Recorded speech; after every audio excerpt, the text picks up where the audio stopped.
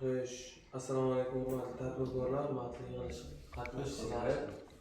Mana bugungi kunda Agromarkimiz tomonidan, Agromark boshqaruvi tomonidan har haftada 2 marta kamida tadbirkorlar bilan uchrashuv o'tkazish doirasida mana sizlar bilan yig'ilib turibmiz.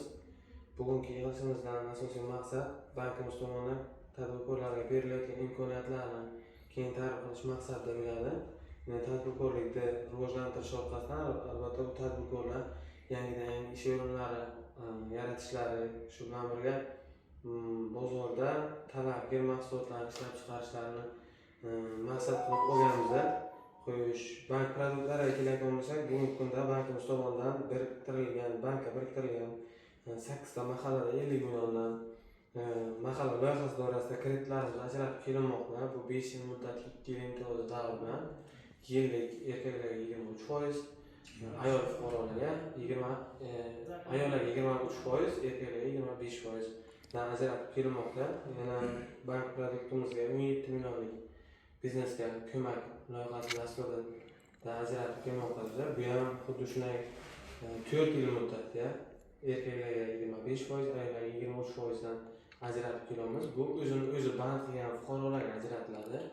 Bugungi kunda prezidentimiz tomonidan tadbirkorlarni qo'llab-quvvatlash chora-tadbirlari mazmunida 312-sonli qaror ishlab chiqilgan bo'lib, ushbu qaror doirasida oldin oilaviy tadbirkorlikdan kredit olib, maqsadli foydalangan fuqarolarni yana qo'llab-quvvatlash maqsadida yuridik korxona tashkil etgan xuddi shunaqa kredit olib yopgan ijobiy kredit tarixiga ega fuqarolar shu korxona rahbari bo'lsa, ularga ham 312-sonli qaror asosida kredit ajratib beramiz. Bu pul ko'chirish yo'li bilan ajratiladigan kreditimiz 5 yildan 7 yil muddatgacha ajratiladi. 7 yillik asosiy vosita sotib olish uchun bo'lsa, 5 yilligi boshqa yo'nalishlar uchun ishlab chiqarish, xizmat ko'rsatish, umumiy sohalar uchun ajratiladi. Yillik 21% dan agar korxona rahbari erkak kishi bo'ladigan bo'lsa, yillik 19%, bu ham 2% punkt past holatda korxona rahbari yoki o'sha ta'sischilardan biri ayol kishi bo'ladigan bo'lsa, yillik 19% dan ajratamiz.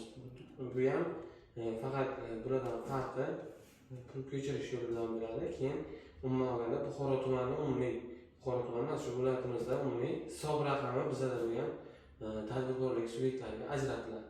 Agar kimda shu mahsulotlarimiz bo'yicha qiziqish bo'lsa aytsangiz, marhamat bemalol yozib olib, bo'lmasa loyihalarimizni qonun doirasida o'rganishni moliyalashtirishga harakat qilamiz.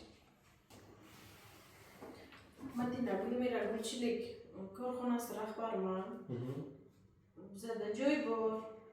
Shuni hol olishga mablag' yetmayapti. 312 so'm qaror bilan kredit olmoqchiman. Shunga yordamlaringiz kerak. Rabita mahallamizda joylarni ko'rgansiz, shu mahalla bankimiz. Joylarni o'ylangan bor. Böyle dokumentlarni qabul qilamiz, hujjatlarni qabul qilib, xudo xolasa ijobiy xulosa olganimizdan keyin kreditlarni ajratib beramiz. Yana kimga? Shu aka, men MCJim borda. MCJim o'zim yangi turmush mahallasidan. Shu ro'yxat MCJim o'sha ekan. Faqat hisob raqami boshqa korxonada. Boshqa bankada. O'sha sizlarga ko'chirib, ana 19%lik kreditdan olib, cho'rachilikmi shunaqa yo'nalishlarga Bölümlerimiz agar tushundim, bu korxonangizda agar o'sha rahbar ayol kishi bo'ladigan bo'lsa, siz aytgandek, rahbar ayol kishi bo'ladigan bo'lsa beramiz, muammosi yo'q. Shotda olib kelishlaringizga ham muammo yo'q. Xudo xolasa shotda olib kelganingizdan keyin korxonaning faoliyatini, balans faoliyat natijalarini